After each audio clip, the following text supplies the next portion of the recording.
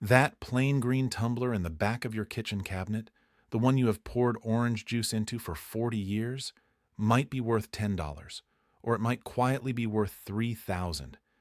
These 10 pieces of old Depression glass have sold for real money, and by the end you will see the one piece nearly every American woman already owns without knowing it.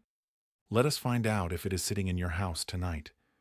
Depression glass is the most ordinary treasure in the American home. Between 1929 and 1939, as the country came apart, more than 20 glassmakers stopped producing fine etched crystal and started pressing cheap colored tableware by machine à needle, up to more than 1,000 pieces a day. It was so inexpensive it was given away. Food companies dropped a piece of glass into cereal boxes to get you to buy. Theaters handed it out on dish night. That is exactly why it is in your mother's cabinet right now, and your grandmother's before that. Here is the honest part, and hold on to it. Most of it is worth $10 or $20, because most of it was made by the millions. The fortune hides in the rare corners. One scarce color, one uncommon shape, one pattern collectors all happen to want at once. If you were ever told your glass was junk, that was not carelessness on your part. Nobody ever taught you which corner you were holding. Tonight, that changes. Number 10, Royal Lace in Cobalt Blue. To most eyes, these are just heavy blue drinking glasses, the kind you would price at $1 a piece on a card table. Fair enough, they are not much to look at lined up in a cupboard, but turn one over and the story changes. Royal Lace was pressed in the 1930s, and the cobalt is the color collector's chase, because most of it came in pink and green, and the deep blue was the exception. A matched set of 6 cobalt tumblers, undamaged, has sold for around $285. Not a fortune. And there is no point pretending otherwise, but not $1 a piece either. Your test tonight. Carry one to a bright window and look through the wall of the glass. Genuine cobalt runs the same rich blue clear through. A later painted imitation goes pale and streaky where the light hits the base. Melt that set down as scrap or hand it to a yard sale shopper for coins, and you have given away a week of groceries. Number 9. Doric and Pansy in Ultramarine.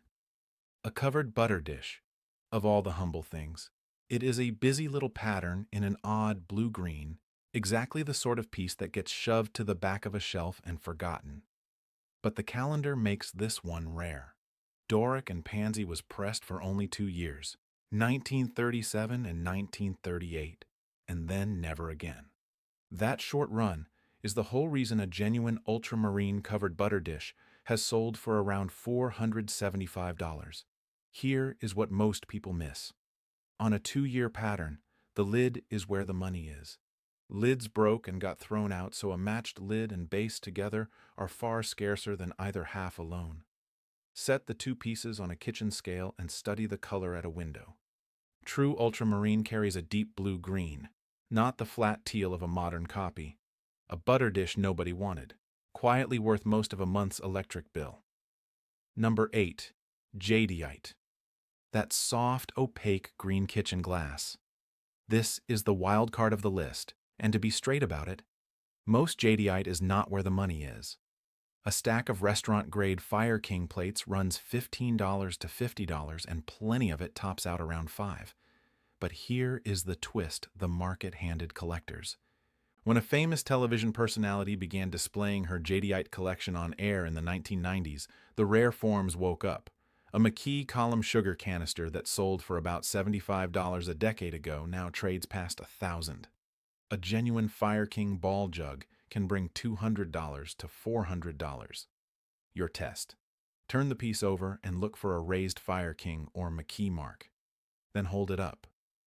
Real vintage jadeite is dense and even, not the thin, too bright green of the reproductions that followed the trend. The everyday plate is grocery money. The rare canister sitting right beside it is a car payment. Number 7. Mayfair in Blue. A set of footed tumblers. On the shelf, they look like nice water glasses and nothing more. That instinct makes sense. They are not loud. But the blue is the color that empties a collector's wallet, because far more Mayfair was made in pink than in that clear, icy blue. A set of 6 blue-footed tumblers, matched and unchipped, sold for just under $720. Here is the part that matters. Condition is everything on Mayfair. One chip on one foot and the set stops being a set. Take them to a window in daylight and turn each one slowly. You are hunting for flea bite nicks on the rims and feet that sellers swear are not there. 6 perfect glasses can quietly clear $700. 5 perfect and 1 chipped brings a fraction of that. People break up these sets without ever knowing what they were worth. Number 6. American Sweetheart in pink. It is a thin, pretty pattern, the kind your daughters would call fussy and dated. But look closer. American Sweetheart was produced only from 1930 to 1936. The flat plates and saucers are common and cheap. The pink water pitcher is the piece that almost never survived, and one in perfect condition sold for $895. Your test tonight? Hold the pitcher to a lamp. Genuine pink from this era glows a warm, even rose and rings with a clear note when you tap it lightly with a fingernail. Run your finger around the spout and the handle joint. That is where the damage hides. The cheap plate gets saved for the shelf, while the $800 pitcher gets filled with dish soap in the garage. It happens at estate sales constantly. Before the top 5, there is something about all of this that most people never stop to see. The pieces that quietly change hands for real money almost never look like money. They sit in donation piles and on thrift store shelves because the person holding them decided in about 2 seconds that old and colored means worthless. But value in glass has almost nothing to do with whether it charms you. It lives in a maker's mark pressed into the base, the exact shade of the color, the shape that happened to survive in small numbers, the mold seams that separate a 1930s original from a 1970s copy. Those are the tells, and they are learnable. Number 5. Adam in pink, the covered butter dish. From this point up, every piece on the list is one that someone has learned to fake. Start with Adam in pink, specifically the covered butter dish. A plain butter dish does not look like anything, but a genuine Adam pink butter dish, lid and base both present, has sold for just under $1,250, and that price is exactly why the copies exist. Here is what nobody tells you at the table. The only reason a piece gets reproduced is that it became lucrative to reproduce it. The tell on Adam lives in the fit and the feel. Set the lid on the base. An original seats cleanly and the pattern lines up corner to corner. Then heft it. Reproductions almost always come out too heavy, the glass thick and lifeless where a 1930s original is crisp and light. $1,200, or a modern fake worth nothing. The only thing between them is a 30-second inspection most sellers never bother to do. Number 4. Parrot pattern, also called Sylvan. This is where the numbers climb, and it is the reason this list opened by saying a single piece could be worth thousands. Parrot was a short-lived pattern, and certain forms barely exist today.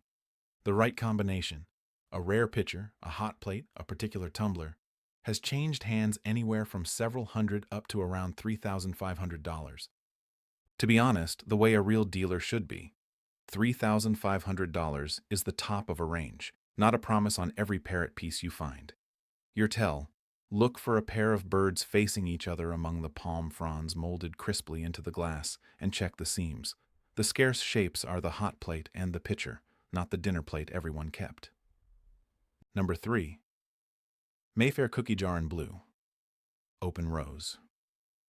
A cookie jar sounds like the least valuable thing in the kitchen, but a genuine blue open rose cookie jar carries a guide value between $1,500 and $3,000 and up, and that is precisely why it is one of the most reproduced pieces in all of Depression glass. Here is exactly how you tell the real one. Do this tonight. Pick up the lid and count the sides of the knob. An original Mayfair knob has 8 sides. The reproduction knob has 6.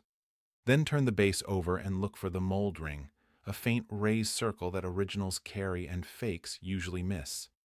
8 sides and a mold ring, and you may be holding $2,000 or $3,000. 6 sides, and you are holding a modern cookie jar. Collectors and price guides have been trying to teach people that count for years. Number 2. Cherry blossom. This is the one that costs people the most, because it is the most faked pattern there is. Cherry blossom is everywhere. which is exactly the problem. For every genuine piece in the right color and form, sitting in the $200 to $3,000 range where the rare glass lives, there is a reproduction built to fool you, sometimes in cobalt and iridescent colors that were never produced in the original run. Here is the single test that settles it, and it costs you nothing. Find the cherries in the pattern and look at the tiny bumps on each one. A real cherry has exactly 2 bumps. The common reproduction has 3. The fakes also give themselves away with cherries that look squished, and a branch that sits like a solid bar of glass instead of a real stem. 2 bumps, and the pattern is honest. 3 bumps, or a color that feels too heavy and too new in your hand, and you are holding someone's tidy little forgery. Count the bumps before you believe a word any seller tells you. Number 1. Plain green depression glass. The tumbler. The plate. The little dish that has lived in your cabinet your whole life. This is the piece nearly every one of you already owns. Here is a myth worth clearing up because it costs people money in both directions. Somewhere you have heard that if green depression glass glows under a black light, that is the valuable kind. People buy an ultraviolet bulb, shine it in the dark, and when a piece lights up in electric neon green, they are sure they are rich. Now the truth. That glow means the glass contains uranium, anywhere from 0.1% to 2% uranium oxide, baked in for color back when no one thought twice about it.